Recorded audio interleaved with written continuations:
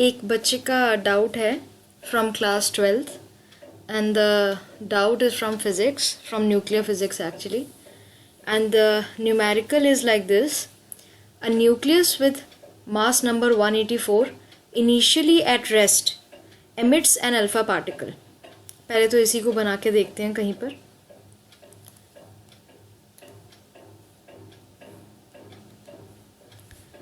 Let me open up the whiteboard. तो पहले हम लोग बनाते हैं कि हमारे पास एक कोई न्यूक्लियस है और वो जो न्यूक्लियस है पर्टिकुलर वो रेस्ट पे है और वो एमिट कर रहा है एक alpha particle. It means that if I have a random nucleus जिसका मास नंबर है 184 और ये रेस्ट पे है, and after that this nucleus emits an alpha particle, right. तो इसका जो मास नंबर है, बिकॉज अल्फा पार्टिकल होता है हमारे पास He with atomic number 2 and mass number 4. तो ऑब्वियसली अगर 184 में से 4 मास नंबर का कुछ एमिट आउट हो चुका है तो इसका मास नंबर रह जाएगा 180. Now let's read the rest of the question. So a nucleus with mass number 184 initially at rest emits an alpha particle. Done.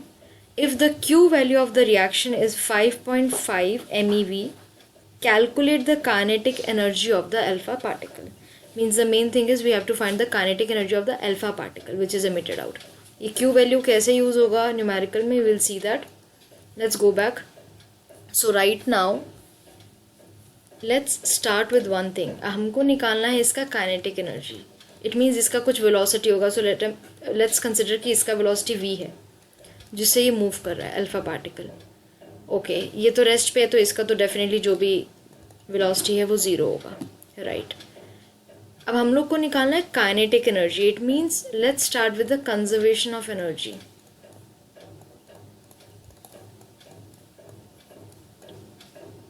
Kinetic energy निकालना है, हमें एनर्जी की कोई चीज़ निकालनी है तो हम लोग डेफिनेटली कंजर्वेशन ऑफ एनर्जी से स्टार्ट करते हैं. तो अगर हम रिएक्टेंट्स का पोर्शन देखें, बिफोर द रिएक्शन का पोर्शन देखें, तो हमारा जो भी एनर्जी होगा वो ज़ीरो ही होगा बिकॉज उसका वेलोसिटी ज़ीरो है इस साइड का. तो डेफिनेटली एनर्जी इस साइड पे, लेफ्ट साइड पे ज़ीरो होगा. Equals to the sum of the energy on the right side. तो हाफ एम, इसका जो हमारे पास एम है न्यूक्लियस का, दैट इज़ 180. तो हाफ एम वी स्क्वायर. तो अभी हमें इसका वेलोसिटी तो पता नहीं है तो हम समथिंग स्क्वायर लिख देते हैं. I tell you how to find out that, but हम पहले समझ लेते हैं कि हमें कैसे इसको कैरी फॉरवर्ड करना है इस पूरी इक्वेशन को. We are starting with the conservation of energy equation जहाँ पे इनिशियल ज़ीरो होगा just because this is zero, and half M is the mass number of the nucleus and sum V square which we don't know yet. हमें इसका velocity नहीं पता, जो भी होगा इसको वी समथिंग एल्स ले लेते हैं, वी प्राइम ले लेते हैं, ठीक है. ये v है and this is v prime plus half m. तो m जो होता है वो इसका होता है 4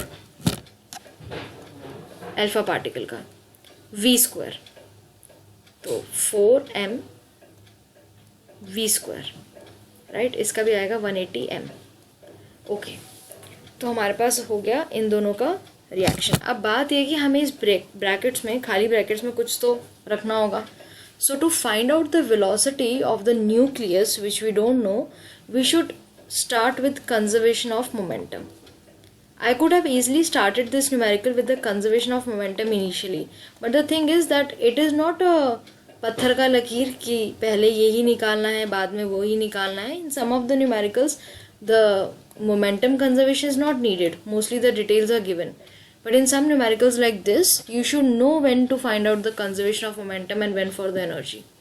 So for the conservation of momentum, हमारा again initially जो होगा वो तो ज़ीरो ही होगा सब कुछ, is equal to m into v. तो ये तो हो जाएगा 180m और जो भी इसका v होगा v प्राइम प्लस उसका m होगा 4m इंटू v. हमने उसका पहले से v ले रखा है.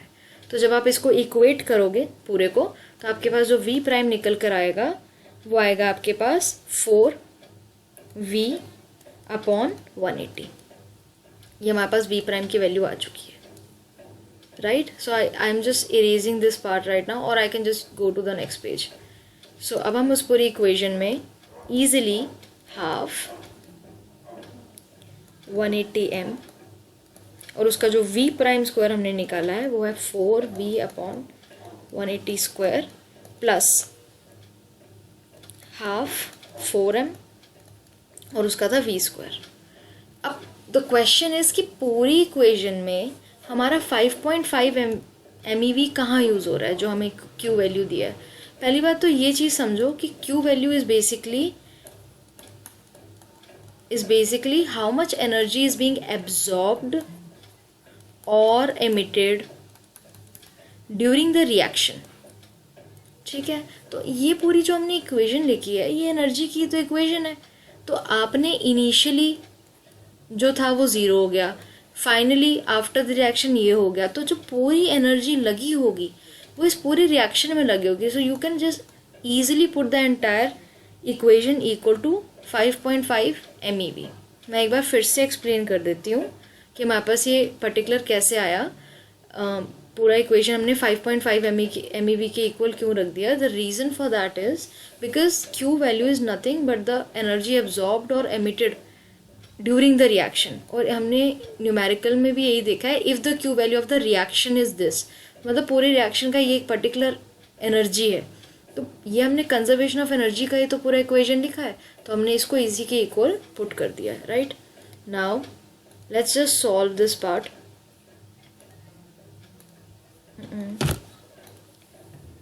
Let me change the color. Okay, अब इसको आगे सॉल्व करेंगे. सो दिस विल बी, इसमें से दोनों में हाफ 4m और v स्क्वायर ये दोनों में कॉमन आ रहा है, तो मैं इनको कॉमन लेकर अंदर जो रह जाएगा वो रह जाएगा 1 + 45 4 अपॉन 180 का स्क्वायर. इसको पहले इरेज कर देते हैं ज़रा सब कुछ. राइट, और ये सारा कुछ हमारे पास किसके इक्वल आ रहा है, विच इज़ 5.5 MeV. अब ये पर्टिकुलर चीज़ मैंने कॉमन निकाली है. Obviously the first reason is because of making the calculations quite easy, and the second reason is this is nothing but the kinetic energy of the alpha particle only, half mv square. This is the m of the alpha particle. तो हमें basically यही निकालना है. तो मैं directly लिख सकती हूँ that the kinetic energy is 5.5 MeV divided by this whole bracket 1 + 45 4 upon 180 square. जो भी होगा, after doing all the calculation you'll get something 5.38 MeV. I have obviously done this calculation on calculator, so you can just solve it yourself and you will finally get this answer, and that's it.